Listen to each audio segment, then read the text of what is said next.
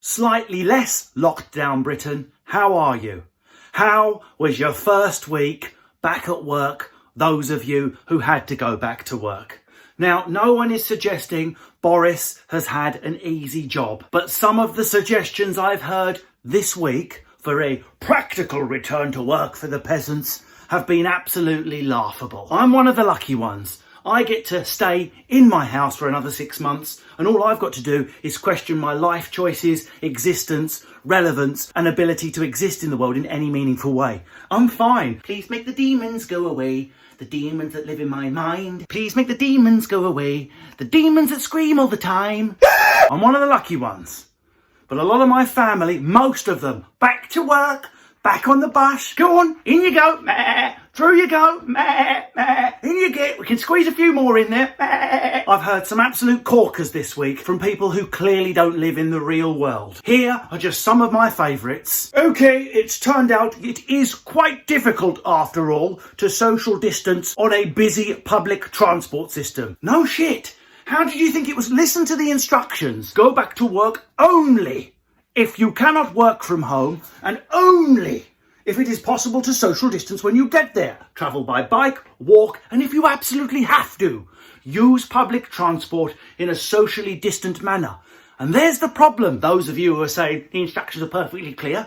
You can't use public transport in a city centre in a socially distant manner. Cannot be fucking done. So do you know what the suggestion was this week? If you find yourself packed, if you find yourself, dear organ sack peasants, packed onto the Central Line in London and you can't socially distance, we have a wonderful scientific solution. Simply face away from each other. This was a genuine suggestion. Not masks, not PPE, not a coherent strategy to minimise reinfection rates, but simply, and how British is this, to face away from each other. Excuse me, I do believe some COVID juice is approaching. Don't mind me while I turn away. Whew. Defeated again. Tea, anyone? Another brilliant one was seeing Conservative commentator Edwina Currie explaining why it's safe to have your cleaner in your house.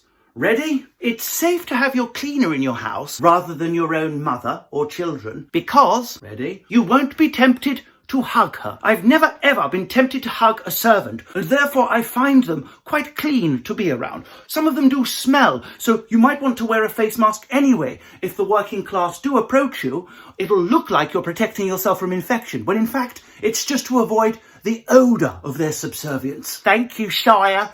May I pass? I do realise I have somewhat of a broken teeth and a syphilitic smile, and mushrooms growing from underneath my arms, and my odour may offend thee. Oh, I've got COVID, sorry. Another awesome one, primary schools. Yep, send them back to the Listen. It's safe for the children to go back to the primary schools. It's safe. There's a few problems with this theory. Number one, 5 and 6 year olds socially distancing from the moment they get through the school gates. They stick fingers up each other's bums, flob on each other, dribble on each other, fall asleep on each other. No. So no. Yeah, but that doesn't matter because there is strong evidence that children do not get ill. Yes, we know that. You do realise the children come home to people who might get ill if they were silent carriers. Yes. No, Nick Grimshaw. I've got one last bit of evidence for you. That the virus is less transmissible from children, meaning children can't give it easily to someone else, even if they've got it. Is anyone else struggling to believe that? My Amazon parcel that's been resting on my doorstep for 24 hours still has to be anti-backed because this double hard gangster virus can live on cardboard in sunlight. I'm the coronavirus, motherfucker. I'll live on any surface and I will destroy you. So you expect me to believe that a virus that can survive on a surface for days, on cardboard in sunlight for hours, can't journey home on the snot of a toddler from home time to dinner time? Bollocks! But my favourite suggestion of the week, just to update some of the people who've never had contact with working class people, if you work in the building trade and you're due on site at 6 a.m, it's very, very common for one massive white van to pull up, everyone bundles in, all half asleep, on site, graft, home before rush hour. That's standard.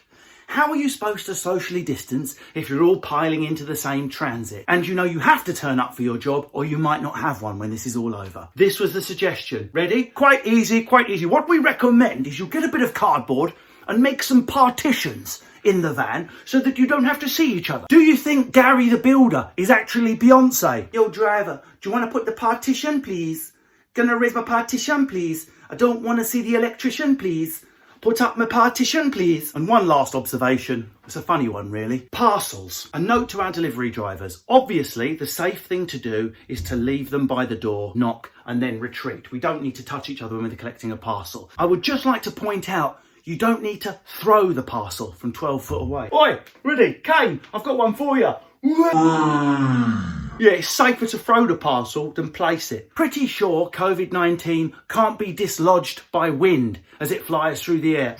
Oh no, the wind has defeated me. Damn you, DPD. Anyone else started doing parcel selfies? If you don't know what a parcel selfie is, they can't get you to sign for a parcel anymore. It's not safe. So what you have to do is you have to pose for a picture with your parcel with the door open. There is some bizarre fucking pictures. It's the proudest moment of my life, me and my parcel. If you want to have a bit of fun, vary things up, I recommend this. Slightly different for men as it is for women. Lads, do a bit of naddage. Naddage is where you just almost surreally expose one bollock through the fly of your trouser so no one will notice. So you do the selfie just with scrotum and a bit of testicle hanging out. The driver won't notice. But later that night, oh fucking hell, he had his bollock poking out during the picture. Classic banter. Girls, by all means repeat the experiment. Why not do maybe just half a flap or even just a bit of areola? It's been a long lockdown. Let's vary things up. Right, I'm off out. We've organised a really busy football game over the local park. We're all going to spectate together, but safely. Do you know why?